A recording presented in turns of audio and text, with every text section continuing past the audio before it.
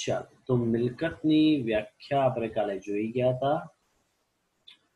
મુખ્યત્વે મિલકતોના 3 પ્રકાર આપેલા છે। આ ટાઈપનું કોષ્ટક તમારે નોટમાં દોરી દેવાનું। લખો મિલકતો, એના 3 ભાગ પાડો। પહેલી જે મિલકત છે એને કહેવાશે બિન ચાલુ મિલકત, ત્યારબાદ ચાલુ મિલકત અને ત્યારબાદ અવાસ્તવિક મિલકત।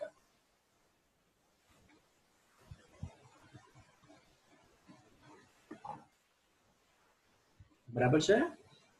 ચાલો જો બિન ચાલુ મિલકતમાં પાછા બીજા 2 ભાગ પાડવા હોય તો પાડી દો, જેથી તમે જરા કોષ્ટક જુઓ તો તમને યાદ રહે। પાછા બિન ચાલુ મિલકતની અંદર 2 ભાગ પાડો,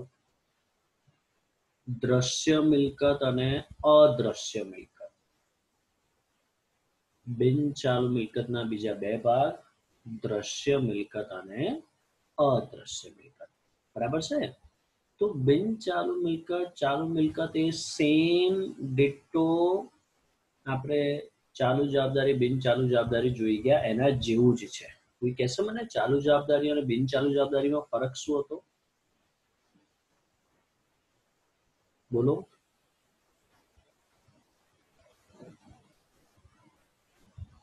બોલો ખુશી। ચાલુ જવાબદારીમાં ધંધાને લીધેલી રકમને 1 વર્ષ ચૂકવવાની હોય, 1 વર્ષમાં ચૂકવવાની હોય ચાલુ જવાબદારી, અને 1 વર્ષ કે તેનાથી વધુ સમયમાં ચૂકવવાની હોય તે બિન ચાલુ જવાબદારી। બહુ જ સરસ। બસ એ જ પ્રકારે અહીંયા બિન ચાલુ અને ચાલુનો સમયગાળો આપેલો છે। એવી મિલકતો કે જે 1 વર્ષથી વધુ સમય માટે હોય એને શું કહીશું આપણે? બિન ચાલુ મિલકત। અને એવી મિલકતો જે 1 વર્ષથી ઓછા સમય માટે હોય એને શું કહેવાશે? ચાલુ મિલકત। બરાબર છે? લખો ચલો। સૌથી પહેલું લખો બિન ચાલુ મિલકત।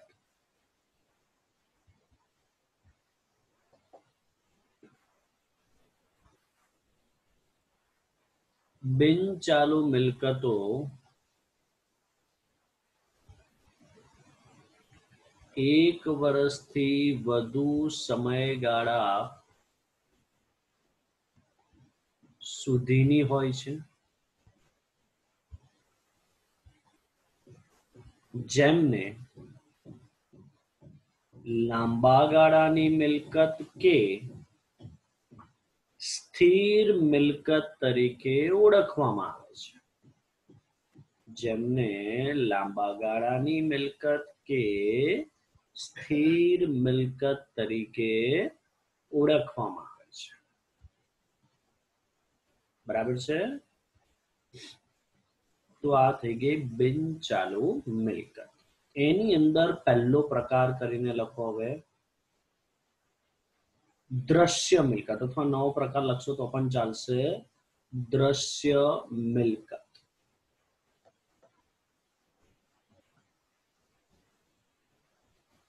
લખો એની અંદર તો દ્રશ્ય એટલે જેને જોઈ શકાય, સ્પર્શી શકાય। બસ તો એનો મતલબ પણ એ જ છે।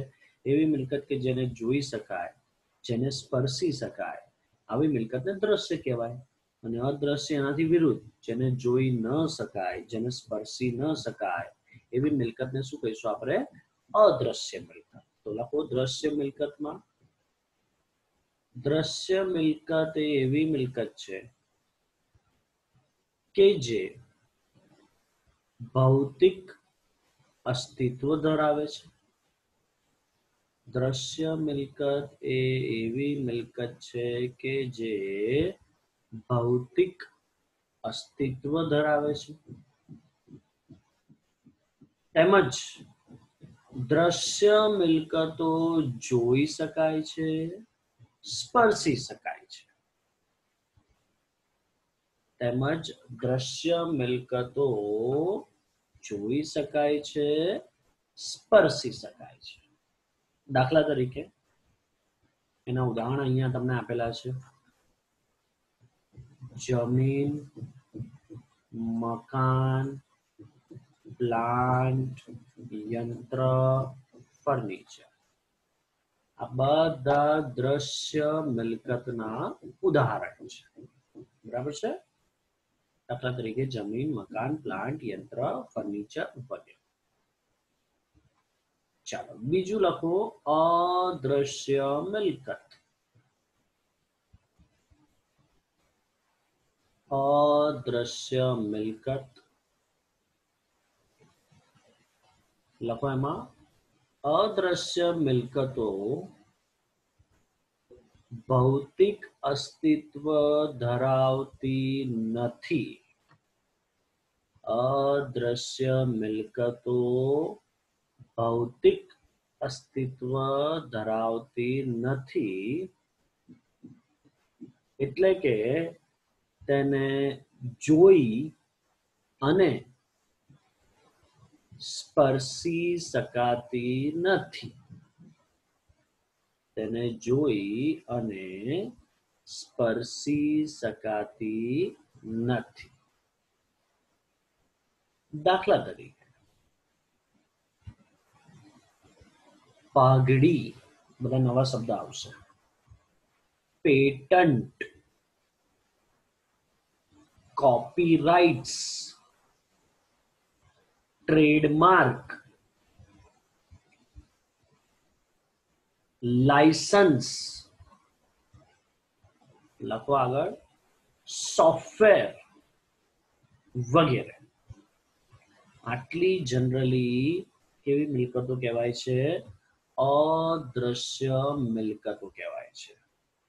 સૌથી પહેલું પાઘડી, એક એક શબ્દ તમને સમજાવું છું શોર્ટમાં, ધ્યાનથી સમજજો. પાઘડી એટલે એક પ્રકારની ધંધાની શાખ, હે ને?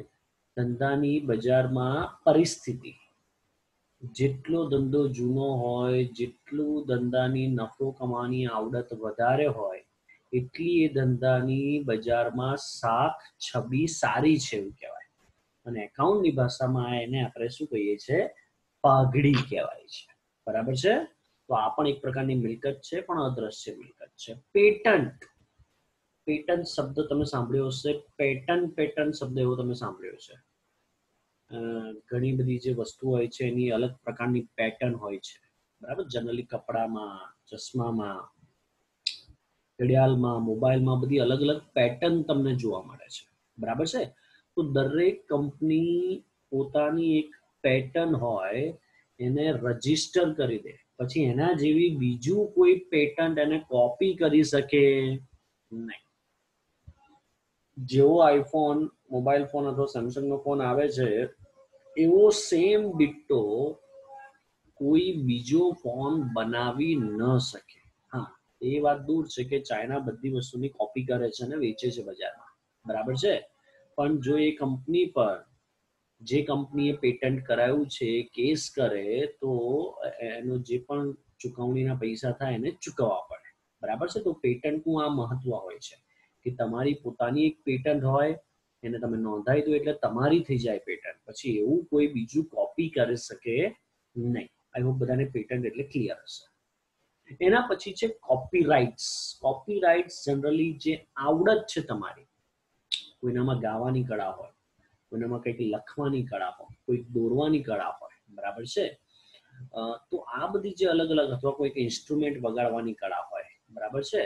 આ બધી જે અલગ અલગ વસ્તુ કળા સાથે સંકળાયેલી છે એને પણ તમે નોંધણી કરાવો છો, હે ને? કે તમે પર્ટિક્યુલર કોઈ ગીત, તમે એવું લિટરલી કહી શકો છો કે ભાઈ ચલો આ ગીત તો કે આમને જ ગાયું છે, હે ને? આ ગીત તો કે લતા મંગેશકરે ગાયું છે, આ ગીત તો કે નેહા કક્કરે ગાયું છે, હે ને? આવું કેવી રીતે થાય, કેવી રીતે નક્કી થાય છે? તો કે એ લોકો એમનું ગીત ગાયા પછી એને શું કરાવી દે? કોપીરાઇટ્સ કરાવી દે. એટલે હા, પણ એ લોકો એવું કોઈને રિસ્ટ્રિક્ટ ના કરી શકે કે અમારા સિવાય આ કોઈ ગીત ગાઈ ના શકે. ના, એ રિસ્ટ્રિક્શન ના થઈ શકે. કોઈ પણ ગાઈ શકે એ તો. બરાબર છે. પણ હા, એમનું ગીત જ્યારે વેચાતું હોય બજારમાં, બરાબર છે, તમે બજારમાં પેનડ્રાઈવ લેવા જાઓ, સીડી લેવા જાઓ, જો એમના ગીતની તમે સીડી લો તો એનો અમુક હિસ્સો, નફાનો ભાગ એમને પણ મળે, જો એમને કોપીરાઇટ્સ કરાયું હોય તો. બરાબર છે. પછી તમે ઘણી વખત જોતા હશો ઘણા બધા જે મૂવી છે, લગભગ બધા જ મૂવી એ કોપીરાઇટ થયેલા હોય ને હોય જ, અધરવાઇઝ એ મૂવી કોઈ બીજું કોપી કરી શકે અને પછી બજારમાં વેચી શકે. બરાબર છે. તો એ વસ્તુ ન થાય એટલે આ બધી જે વસ્તુ છે એને તમારે શું કરાવવી પડે છે? કોપીરાઇટ્સ કરાવવી પડે છે. તો આ પણ એક પ્રકારની આપણી મિલકત થઈ ગઈ. ચોથો શબ્દ અહીંયા દેખાતો હશે તમને, ટ્રેડમાર્ક. ટ્રેડમાર્ક એટલે દરેક કંપનીનો એક લોગો હોય છે, એક સાઇન હોય છે. બરાબર છે.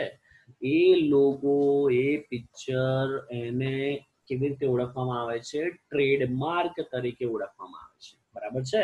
તમે પણ ઘણી બધી કંપનીના લોગો જોયા હશે. રિલાયન્સ કંપનીનો કેવો આર કરીને છે, બરાબર છે. ટાટાનો ટી કરીને છે, મારુતિ સુઝુકીનો એસ કરીને છે. બરાબર છે. તો દરેક કંપનીના આવા કંઈક ને કંઈક લોગો હોય છે જેને એ લોકોએ રજીસ્ટર કરાયેલો હોય છે. એટલે એવો લોગો, એવો ટ્રેડમાર્ક પછી કોઈ બીજું રાખી શકશે નહીં. બરાબર છે. જો બે કંપનીના લોગોની વાત કરું તો થોડુંક એ લોકોએ અંતર રાખેલું છે કે હોન્ડા કંપની અને હ્યુન્ડાઈ કંપની બેવનો એચ જ છે, પણ એકનો એચ એકદમ કેપિટલ છે અને જે બીજો હ્યુન્ડાઈ કંપની છે એનો એચ તમે જોજો થોડો ક્રોસમાં સ્લેન્ટિંગ છે, ઇટાલિક લેંગ્વેજમાં એચ લખેલો છે. બરાબર છે. તો આ રીતે, કારણ કે પહેલા એચ રજીસ્ટર કરાવી દીધો હશે, ટ્રેડમાર્ક કરાવી દીધો હશે, એટલે આને થોડુંક એની પછી સાઈઝ સ્લેન્ટિંગ કરવી પડી. ખબર પડે છે હું શું કહું છું? તો આ રીતે બધા ટ્રેડમાર્ક પણ સેટ થતા હોય છે દરેક મોટી મોટી કંપનીના. ઓકે, ક્લિયર છે? આ બધી વસ્તુ યાદ રહેશે. અદ્રશ્ય મિલકતના નામ: પાઘડી, patent, copyright, trademark, licence. Even તમે કોઈ ધંધો શરૂ કરવા માટે લાયસન્સ લો છો એને પણ અદ્રશ્ય મિલકત, અથવા કોઈ નવા પ્રકારનું કંઈક લાયસન્સ લો છો એને પણ અદ્રશ્ય મિલકત તરીકે ઓળખવામાં આવે છે. સોફ્ટવેર, આજકાલ સોફ્ટવેરનો જમાનો છે, ટેકનોલોજીનો જમાનો છે. તો કોઈક નવા પ્રકારનું સોફ્ટવેર તમારી કંપની માટે તમે બનાવો તો એને પણ આપણે કેવી રીતે ગણીએ છીએ? અદ્રશ્ય મિલકત ગણીએ છીએ. બરાબર છે? ક્લિયર છે બધાને? અદ્રશ્ય મિલકત શું છે? એમાં કોઈ પ્રશ્ન છે? સર આ પાઘડીમાં ખબર ના પડી. પાઘડી એટલે ધંધાની શાખ, બજારમાં પ્રતિષ્ઠા. આપણે બેટા જ્યારે ધોરણ 12 માં આવીશું ને તો આખું ચેપ્ટર જ ભણવાનું આવશે. બરાબર. ચાલો હું તને એક ઉદાહરણ આપું, હજી ક્લિયર થઈ જશે તને, ચિંતા ના કર. એક ઉદાહરણ આપું છું. એક ધંધો એવો છે, એક મોબાઈલની દુકાન છે. ચાલો માન લો બે બાજુમાં મોબાઈલની દુકાન છે, એકનું નામ છે મોબાઈલ વાલા અને એકનું નામ છે જાસ્મીન. બરાબર છે. આ બે જે દુકાનો છે એ બંનેનો વર્ષના અંતે નફો ની વાત કરું તો કે મોબાઈલ વાળા જે છે એને 10 લાખ કમાય અને બાજુમાં જે જાસ્મીન વાળો છે એ વર્ષના અંતે 8 લાખ કમાય. તો બંનેમાં કોની પ્રતિષ્ઠા વધારે, કોની પાઘડી વધારે છે? ચાલો કહો મને. પડી ખબર બેટા મોબાઈલ વાળાની? ક્લિયર છે? તો આવી રીતે નફાના આધારે પાઘડી નક્કી થતી હોય છે. ક્લિયર છે હવે બેટા? હા. જેમ કે ચાલો તો શિવમ બોલે છે ને બેટા? શિવમ છે ને? હા સર, નીરવ એટલે વડોદરાથી ને બેટા? હા. હવે મને નીરવ તું એ કે વડોદરામાં કયા એરિયામાં રહે છે? ગોત્રીમાં? હા. તો ગોત્રીમાં કોઈ ફેમસ દુકાન અથવા કોઈ ચાલ પ્રોવિઝન સ્ટોરનું મને નામ આપ કે બહુ ફેમસ હોય, જેની પાઘડીની કિંમત અથવા જેની પાઘડી વધારે હોય કારણ કે એનું બજારમાં નામ સારું છે. ચાલો એ કે મને એવી કોઈ દુકાનનું નામ કે. હું ગોત્રીમાં જ રહું છું. જય નારાયણ સ્ટોર. ચાલો આ સિવાય બીજું કોઈ? સેજલનું ખરું? સેજલનું નામ? હા. હે ને? એ બાકી બધા પ્રોવિઝન સ્ટોર લઈ લો અને સેજલ લઈ લો, લગભગ 90% સેજલ પ્રોવિઝન સ્ટોરનું નામ બધાને ખબર હોય ને હોય જ. સાચી વાત કે નહીં? અને આપણા મનમાં પણ એવું હોય કે ભાઈ ચલો અહીંયા ક્યાંય નહીં મળે, ગોત્રી પાણી ટાંકીની આ બાજુ કશું નહીં મળે તો સેજલમાં જઈશું એટલે મળશે ને મળશે જ. ખબર પડે છે કે નહીં હું શું કહું છું? હે ને? તો એ સેજલની શું થઈ ગઈ? પાઘડી થઈ. ક્લિયર છે બેટા? હા. ઓકે. ચાલો આગળ વધીએ હવે. તો બિન ચાલુ મિલકત જોઈ. બિન ચાલુ મિલકતમાં બે વસ્તુ જોઈ: દ્રશ્ય મિલકત, અદ્રશ્ય મિલકત. આગળ વધીએ હવે. એના પછી લખો ચાલુ મિલકત.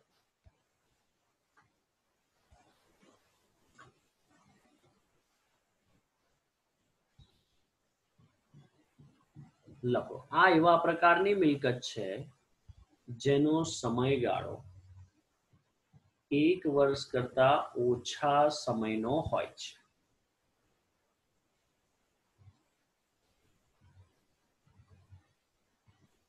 અને આ મિલકતોનું રોકડમાં રૂપાંતર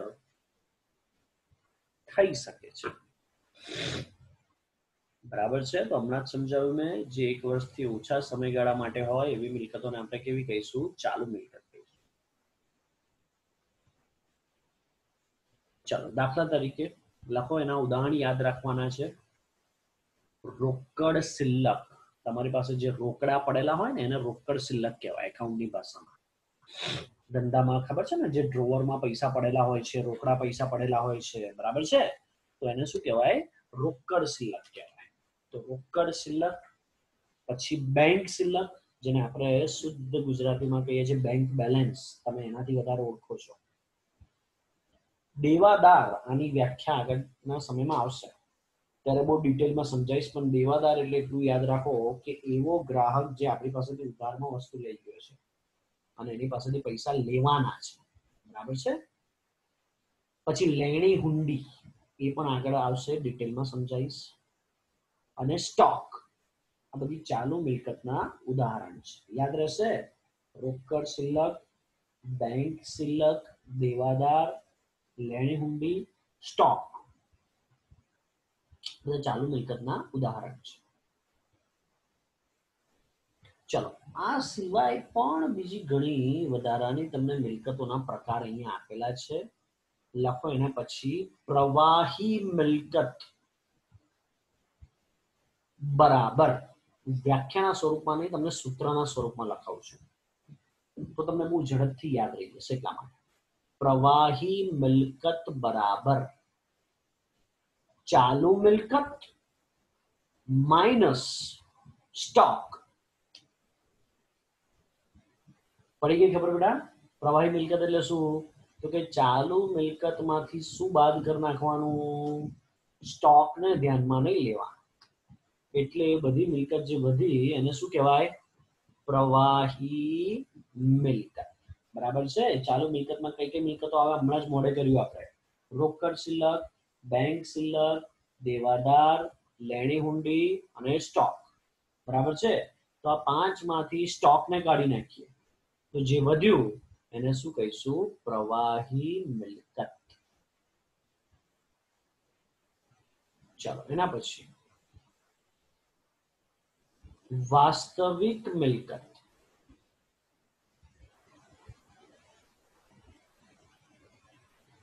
વાસ્તવિક મિલકત બરાબર, લખો એની વ્યાખ્યા. વાસ્તવિક મિલકત એટલે જેનું વાસ્તવમાં મૂલ્ય હોય.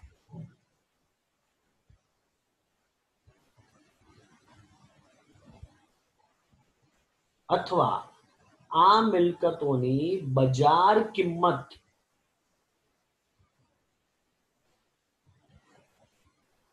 એટલે કે ઉપજ મૂલ્ય હોય.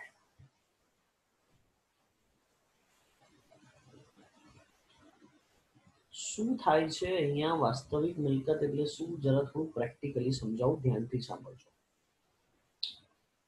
10 વર્ષ પહેલા માની લો આપણે કોઈ જમીન લીધેલી 10 લાખ રૂપિયા.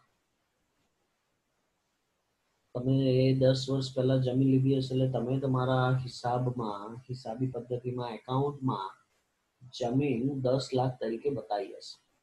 બરાબર છે. તો મને તમે એ કહો કે હમણાં 10 વર્ષ પછી એ જમીનની કિંમત કેટલી હશે? અંદાજે કહી શકાય? બોલો બોલો બેટા. 10 કરોડ. 10 કરોડ. ઓકે, એટલી બધી તો ના જોઈએ ને, 10 લાખ ને 10 કરોડ થોડી હોય. બીજું કોઈ? 15 લાખ. ચાલો 15 લાખ 20 લાખ 25 લાખ 30 લાખ જે એક એપ્રોક્સિમેટ અમુક એની રેન્જ હોય, બરાબર છે? ધ્યાનથી સાંભળજો. આપણે પણ એ ચોપડામાં તો હજી 10 વર્ષ પછી પણ એની કિંમત કેટલી બતાવી રાખી હશે? 10 લાખ જ બતાવી હશે. ખબર પડે છે શું કહું છું? પણ વાસ્તવમાં ખબર પડી ને? હવે વાસ્તવમાં મિલકતની કિંમત 15 લાખ કે 20 લાખ કે 25 લાખ થઈ ગઈ છે. ખબર પડે છે શું કહું છું? તો આવી મિલકતને, આવી જે કિંમત છે એને આપણે શું કહીશું? વાસ્તવિક મિલકત. વાસ્તવમાં અથવા બજારમાં એની કિંમત શું છે, બજારમાં એનું મૂલ્ય શું આવે, એ મિલકતનું એને કહેવાય વાસ્તવિક મિલકત. બરાબર છે? ચાલો એના પછી આગળ અવાસ્તવિક મિલકત. અવાસ્તવિક મિલકત લખો એની વ્યાખ્યા. મોસ્ટ ઇમ્પોર્ટન્ટ છે આ, પરીક્ષામાં કદાચ તમને પૂછાઈ શકે. મિલકતોમાંથી એક વ્યાખ્યા 100% પૂછાશે. ચાલો અવાસ્તવિક મિલકત. અવાસ્તવિક મિલકતો ભૌતિક સ્વરૂપ ધરાવતી નથી. અવાસ્તવિક મિલકતો ભૌતિક સ્વરૂપ ધરાવતી નથી, તેમજ તેનું ઉપજ મૂલ્ય, ઉપજ એટલે જ્યારે વેચવા જાવ ત્યારે, તેનું ઉપજ મૂલ્ય શૂન્ય હોય છે. બે શબ્દને અંડરલાઈન કરી દેજો એટલે અવાસ્તવિક મિલકતની વ્યાખ્યા ક્લિયર થઈ જાય. ભૌતિક અસ્તિત્વ ધરાવતી નથી એટલે જે આપણે હમણાં ઉપર જોઈ ગયા અદ્રશ્ય મિલકત, બરાબર છે? પણ અદ્રશ્ય મિલકતનું તો કંઈક મૂલ્ય તમને મળે. અહીંયા તો આ કેવી મિલકત છે કે એને વેચવા જાઓ તો કેવું કિંમત આવશે? એની શૂન્ય કિંમત આવે, કોઈ એક રૂપિયો તમને આપે. આવી જે મિલકત છે એને શું કહીશું આપણે? અવાસ્તવિક મિલકત. દાખલા તરીકે એના 2-3 ઉદાહરણ લખો. હમણાં અમુક ઉદાહરણ નહીં સમજાવું, આગળ જેમ જેમ એકાઉન્ટ ભણતા જશો એમ એમ શબ્દ આવશે તો ત્યારે સમજાવીશ, બરાબર છે? દાખલા તરીકે અવાસ્તવિક મિલકતના ઉદાહરણ લખો. પ્રાથમિક ખર્ચ. પ્રાથમિક ખર્ચ એટલે ધંધો શરૂ કરતી વખતે તમે જે પહેલી વખત ધંધો નોંધણી કરાવવા માટે જે બધો ખર્ચ કરો, બરાબર છે? એ બધા ખર્ચને પ્રાથમિક ખર્ચ કહેવાય. તો એ આપણી અવાસ્તવિક મિલકત કહેવાશે. પછી ડિબેન્ચર બહાર પાડતા આપેલ વટાવ, આ બધું શું છે પછી આગળ સમજાવીશ. હમણાં ઉદાહરણ લખી લો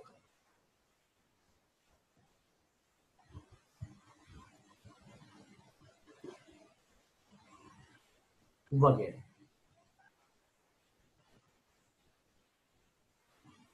બરાબર છે? તો આ બધા અવાસ્તવિક મિલકતો છે. ચાલો આગળ વધીએ. અવાસ્તવિક મિલકતનો કોઈ ડાઉટ હોય તો પૂછી શકાય.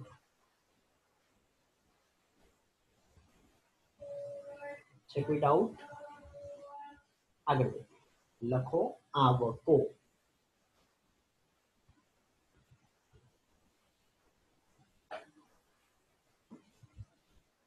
લખો એની વ્યાખ્યા. ધંધા દ્વારા કરવામાં આવેલ વ્યવહારના પરિણામ સ્વરૂપે જ્યારે નાણાં મળે તેને આવક તરીકે ઓળખવામાં આવે છે. બરાબર છે? રોજ બરોજ તમે ઘણી બધી વસ્તુઓ વેચતા હોય છો. જે વ્યવહાર થાય છે, જે વ્યવહાર રોકડેથી થાય, અને સ્વાભાવિક છે રોકડેથી થાય એટલે આપણને પૈસા મળે, તો એ બધા જે પૈસા મળ્યા એ બધી આપણી શું કહેવાશે આવક તરીકે ઓળખવામાં આવે છે બરાબર છે ક્લિયર છે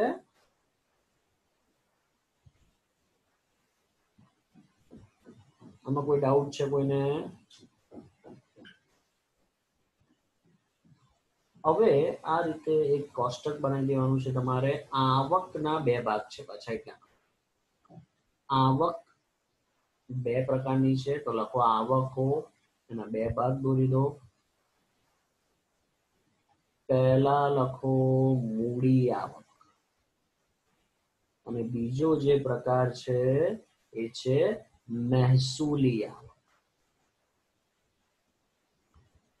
મૂડી આવક મહેસૂલી આવક બરાબર છે જરા ધ્યાનથી સમજી લેજો પહેલા પછી આપણે લખીશું એવી આવક કે જે ધંધાની રોજબરોજની પ્રવૃત્તિમાંથી થતી એને મહેસૂલી આવક કહેવાય અને એવી આવક જે ધંધાની રોજબરોજની પ્રવૃત્તિમાંથી નહીં અનાયાસે કોક વખત એવા વ્યવહારો થતા હોય તો એને કહેવાશે મૂડી આવક એટલે સ્વાભાવિક છે આવું તમને કહી શકે તમને કન્ફ્યુઝન ઘણા બધા પ્રશ્નો થશે દિમાગમાં એટલે ઉદાહરણ આપું છું સૌથી પહેલું ઉદાહરણ આપું તમને કે ફરીથી સ્ટેશનરીની આપણી દુકાન છે તો સ્ટેશનરીની દુકાનમાં રોજબરોજની આપણી પ્રવૃત્તિ શું કહેવાય તો કે સ્ટેશનરીની વસ્તુઓ વેચવાની અને વેપારી પાસેથી ખરીદવાની સ્ટેશનરીની કઈ વસ્તુઓ આવે એ તમને ખબર છે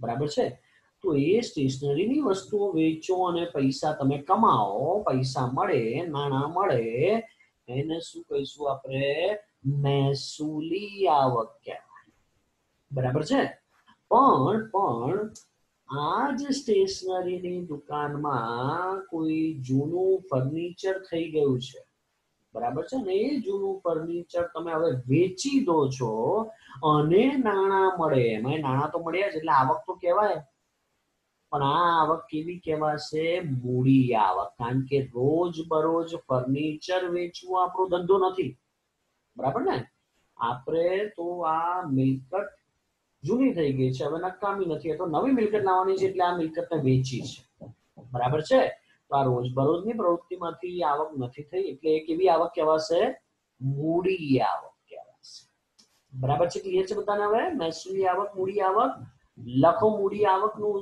વ્યાખ્યા મૂડી આવક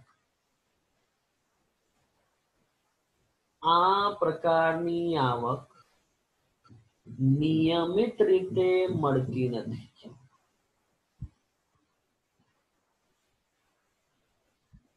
તેમજ આ પ્રકારની આવક મિલકતના વેચાણમાંથી પ્રાપ્ત થાય છે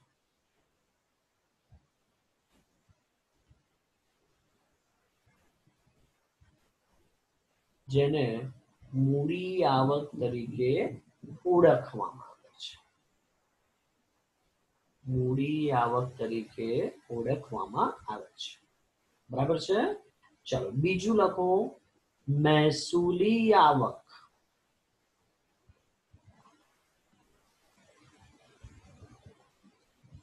આ પ્રકારની આવકનો પ્રવાહ વર્ષ દરમિયાન ધંધાની રોજિંદી પ્રવૃત્તિ સાથે સંકળાયેલ છે તેમજ આ આવકોના આધારે વર્ષના અંતે ધંધાનો નફો કે નુકસાન જાણી શકાય છે મૂડી આવક પરથી કોઈ દિવસ નફો કે નુકસાન ન જાણી શકાય ધંધાનો ખરેખર નફો કે નુકસાન કઈ આવક પરથી જાણી શકાશે મહેસૂલી આવક બરાબર છે ક્લિયર છે ઓકે તો એ છે મહેસૂલી આવક ચાલો હવે કોઈને કોઈ પ્રશ્ન પૂછવો હોય પૂછી શકાય આજે અહીંયા આપણે આટલા શબ્દ રાખીએ છીએ ચલો કોઈને કોઈ પ્રશ્ન પૂછવો છે બેટા